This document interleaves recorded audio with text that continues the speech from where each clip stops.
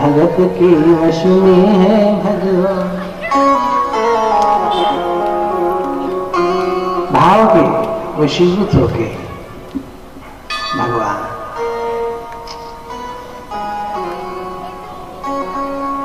भक्तों के यहाँ आ जाता है कृपा करके।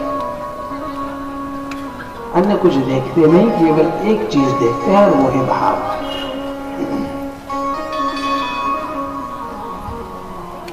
इस कुबेर ने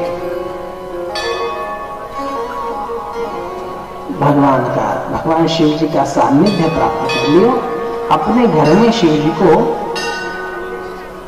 बुला लिया। प्रसंग आपने आगे भी पहले भी सुना होगा। रावण ने भी तप करके भगवान शिव जी को अपने यहां पे लेके जाना चाहा, पर भाव दुष्ट था कि शिव जी मेरे यहाँ पे आए तो मेरे लंका की रक्षा ऐसी हो जाए, मैं सुरक्षित हो जाऊं। लक्ष्य शिव जी नहीं था, लक्ष्य अपनी सुरक्षा, अपने सुख सुविधा थी।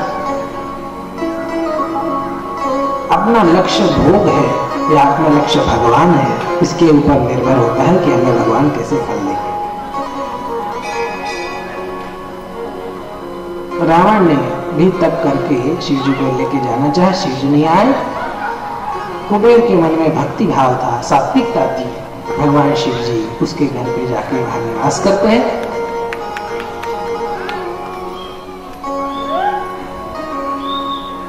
तभी से भगवान भू कैलाश पे आके रहने लगे। इसलिए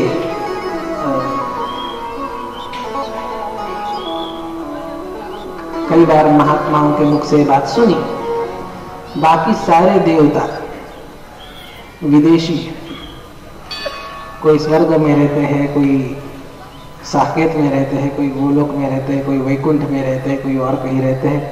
पृथ्वी पर कौन रहते हैं? कैलाश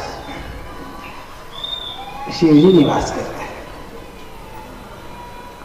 पृथ्वी का सारा अमंगल दूर करने के लिए,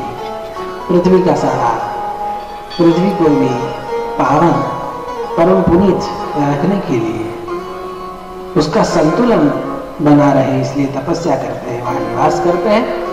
आज भी जो अत्यंत भक्ति भाव से जो पुण्यात्मा कैलाश मानसरोवर के दर्शन के लिए जाते हैं ना, भाव के वशीभूत होकर भगवान उन पुण्यात्माओं को, उन भाविकों को अपनी अनुभूति आज भी कराते हैं। भगवान शिव जी इस प्रकार से कृपा करते हैं। सूत जी महाराज कहते हैं कि ऋषियों विचार करो, कहा वो पापी दुराचारी नाम का गुणनिधि, जिसने केवल पाप ही किया और भगवान का प्रसाद चोरी करने के लिए जो है भगवान को दीप दिखाया, भगवान की पूजा देखी और जागरण किया। कहा वो एक सामान्य तुच्छ जीव और कहा ये साक्षात देवताओं का कोषाध्यक्ष कुबेर। इस प्रकार से स्वल्पमप्यस्य धर्मस्य त्रायते महतो भयात्। इस प्रकार से शिव जी की हुई थोड़ी भी आराधना भक्ति भाव से नित्य कोई यदि कोई आराधन करता है तो निश्चित उसे उसका कल्याण हो जाता है। इसलिए कल्याण इच्छुकों को, विवेकी पुरुषों को चाहिए कि नित्य अपने क्रम में भगवान की पूजन का कुछ अंश रखें।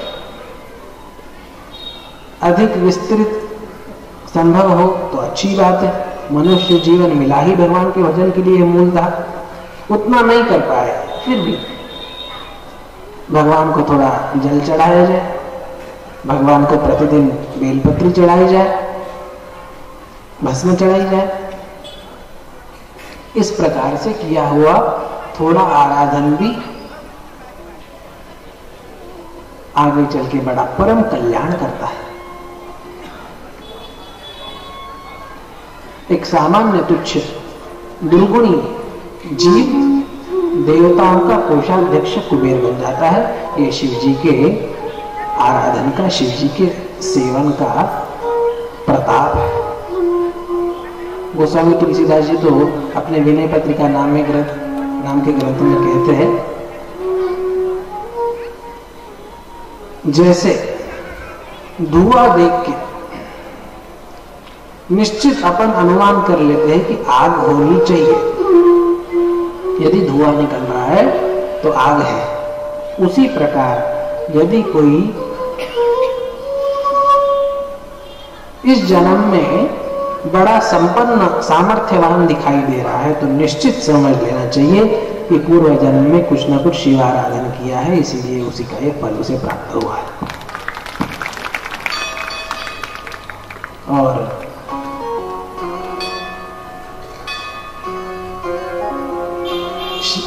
तुलसीदास जी तो व्यंग भी करते हैं।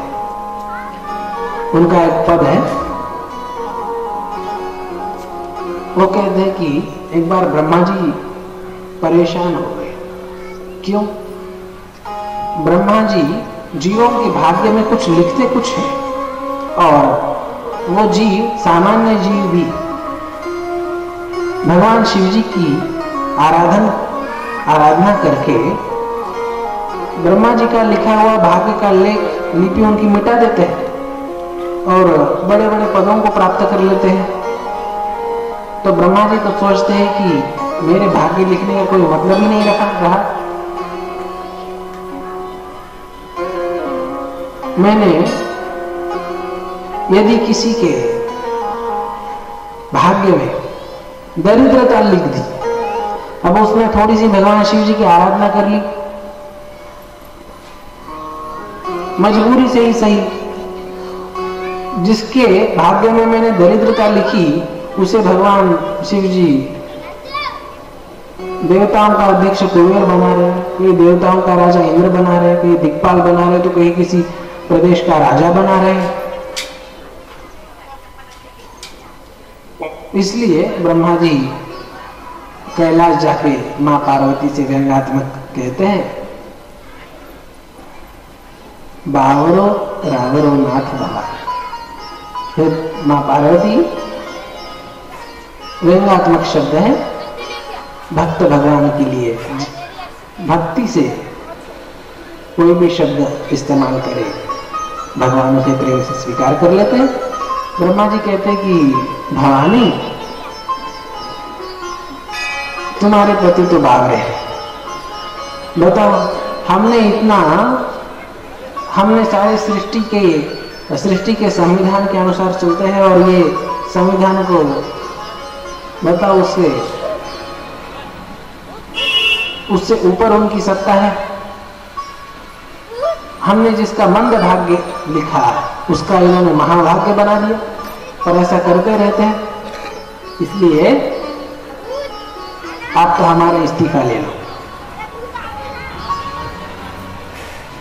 मां पार्वती ब्रह्मा जी के इस व्यंग को सुन के हंसती, मुस्कुराती। सृष्टि के नियम,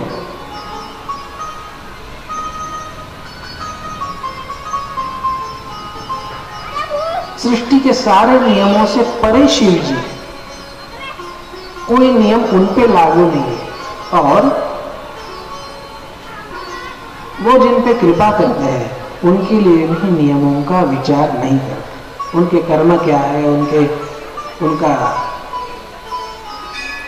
पूर्व जीवन कैसा है, उनका पूर्व कर्म कैसा है, उनके पाप कितने हैं, इन सब का विचार नहीं करते और असंभव को संभव बना देते।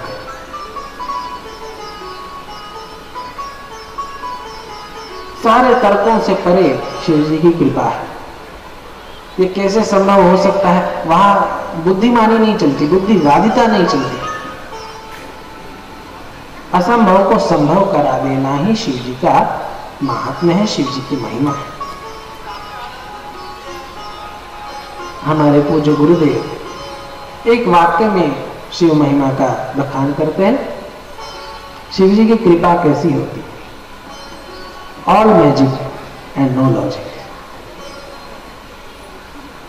वहां पूर्ण चमत्कार है, पर वहां तर्क का स्थान नहीं, वहां बुद्धि का स्थान नहीं, वहां लॉजिक नहीं चाहिए, बुद्धिमानी। असंभव को संभव करा देना यही शिव जी की कृपा की विशेषता है।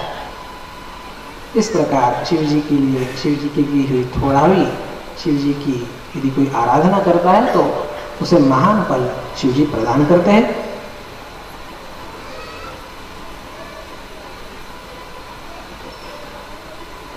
शिव जी का इस प्रकार से प्रभाव, इसी कारण हर किसी को शिवाराधन अपने क्रम में, अपनी चर्या में, अपने जीवन में रखना चाहिए।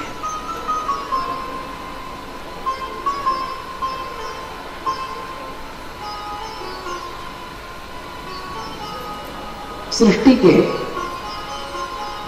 क्रम में सहायता करने के लिए भगवान रुद्र रूप में अवतरित होते हैं।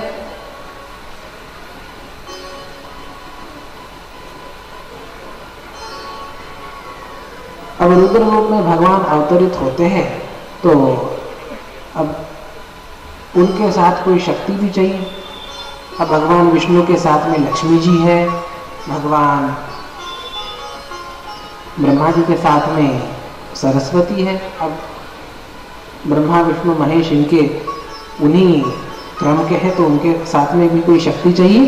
तो ऐसा सोच के देवता लोग शिव जी के मना करने के बावजूद भी दक्ष कन्या सती, जो भगवती जगदम्बा का ही अंश, उनके साथ भगवान शिव जी का विवाह करा देते हैं।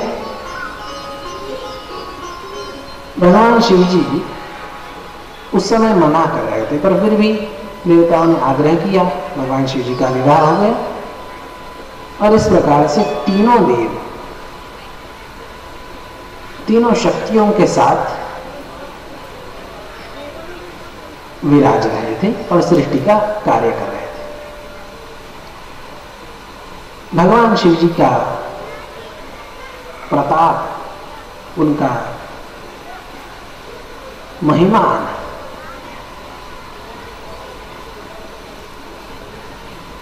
सृष्टि के सारे नियमों से परे है। ब्रह्मा जी चाहे जो लिख दे, और जिस प्रकार से उनका ये महिमान सृष्टि के नियमों से परे है ना, उसी प्रकार से उनकी माया भी सृष्टि के नियमों से परे है।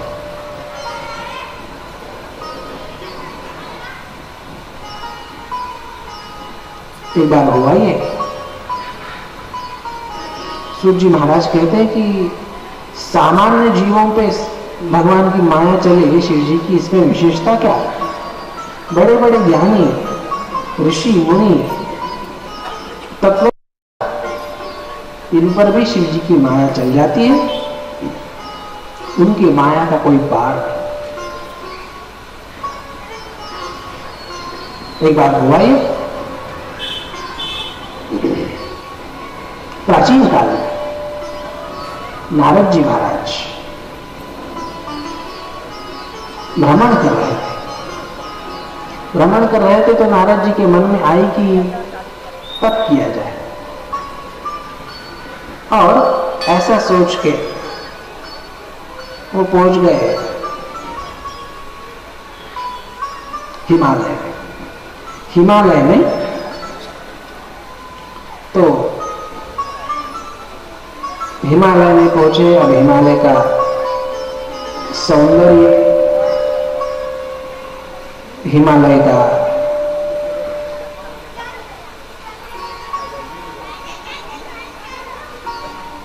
वहां गंगा जी है, वहां पे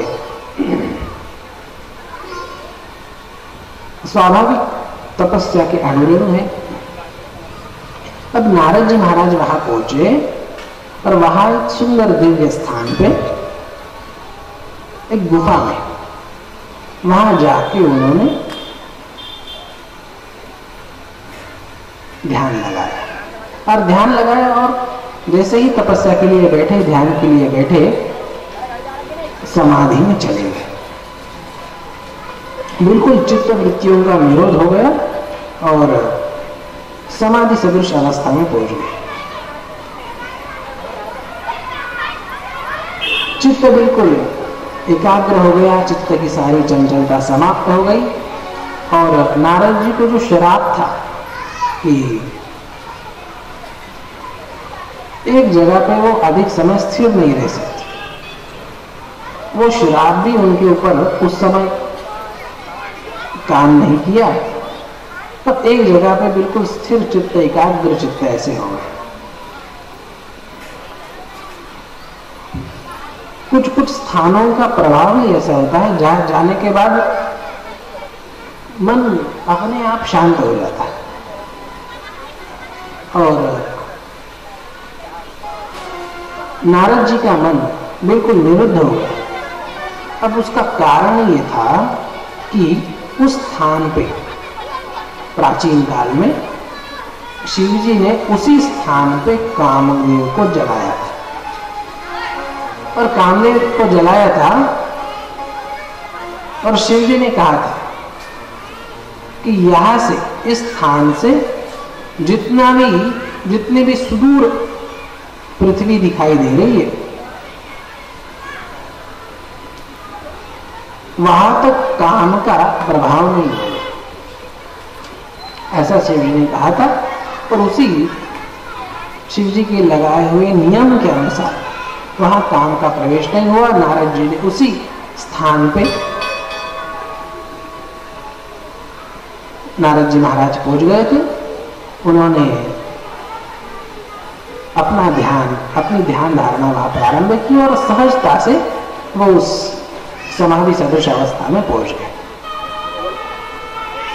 अब दीर्घ काल तक उनकी ऐसी अवस्था रही। तपस्या में विघ्न तो आते हैं। कामदेव नारद जी के तपस्या को भंग करने के लिए वहां पहुंचे।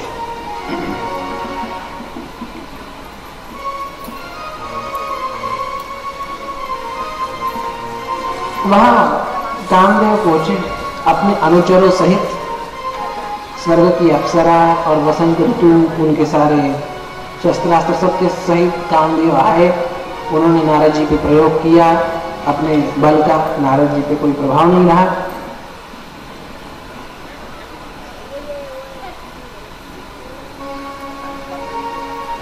और नारद जी ने